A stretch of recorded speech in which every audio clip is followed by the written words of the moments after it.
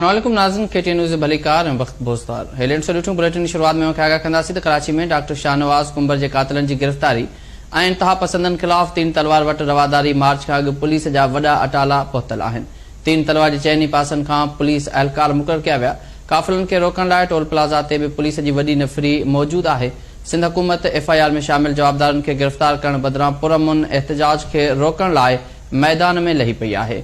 खबर ते पहुचायूं पिया। गुलशन हदीद हैदराबाद ऐं ठठे समेत मुख़्तलिफ़ शहरनि खां ईंदड़ काफ़िलनि खे मुख़्तलिफ़ हंधनि ते रोकण जो फ़ैसिलो कयो वियो आहे। सिंध सरापा एहतजाज बणियल आहे। आगाह कयूं पिया इन अहम ख़बर बाबति। कराची में डॉक्टर शाहनवाज़ कुंबर जे कातिलनि जी गिरफ़्तारी ऐं इंतहा पसंदी ख़िलाफ़ तीन तलवार वटि रवादारी मार्च खां अॻु पुलिस जा वॾा अटाला पहुतल आहिनि। तीन तलवार जे चइनी पासनि खां पुलिस अहलकार मुक़रर कया विया। काफ़िलनि खे रोकण लाइ टोल प्लाज़ा ते बि पुलिस जी वॾी नफ़री मौजूद आहे। सिंध हुकूमत FIR में शामिल जवाबदारनि खे गिरफ़्तार करण बदिरां पुरअमन एहतजाज खे रोकण लाइ मैदान में लही पई आहे। गुलशन हदीद हैदराबाद ऐं ठठे समेत मुख़्तलिफ़ शहरनि खां ईंदड़ काफ़िलनि खे मुख़्तलिफ़ हंधनि ते रोकण जो फ़ैसिलो कयो वियो आहे।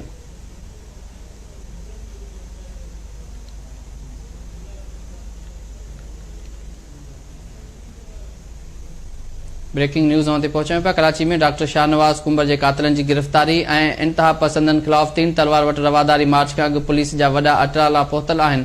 तीन तलवार जे चइनी पासनि खां पुलिस अहलकार मुक़रर कया विया। काफ़िलनि खे रोकण लाइ टोल प्लाज़ा ते बि पुलिस जी वॾी नफ़री मौजूद आहे। सिंध हुकूमत डॉक्टर शाहनवाज़ कुंबर जे FIR में शामिल जवाबदारनि खे गिरफ़्तार करण बदिरां पुरअमन एहतजाज खे रोकण लाइ मैदान में लही पई आहे। गुलशन हदीद हैदराबाद ऐं ठठे समेत मुख़्तलिफ़ शहरनि खां ईंदड़ काफ़िलनि खे रोकण जो फ़ैसिलो कयो वियो आहे। सिंध सरापा एहतजाज बणियल आहे। अव्हांखे ॿुधाईंदा हलूं त इन खां अॻु राति देर सां पुलिस अटालन हैदराबाद में कार्रवाई कंदे डॉक्टर न्याज़ कालानी ऐं रियाज़ चांडियो खे बि गिरफ़्तार करे अणॼातल हंधि मुंतक़िल कयो आहे। ब्रेकिंग न्यूज़ ताईं पहुचायूं पिया। कराची में डॉक्टर शाहनवाज़ कुंबर जे कातिलनि जी गिरफ़्तारी ऐं इंतहा पसंदनि ख़िलाफ़ तीन तलवार वटि रवादारी मार्च खां अॻु पुलिस जा वॾा अटाला पहुतल आहिनि। तीन तलवार जे चइनी पासनि खां पुलिस अहलकार मुक़रर थियल आहिनि।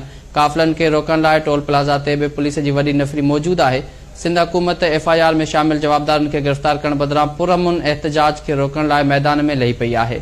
गुलशन हदीद हैदराबाद ऐं ठठे समेत मुख़्तलिफ़ शहरनि खां ईंदड़ काफ़िलनि खे रोकण जो फ़ैसिलो कयो वियो आहे।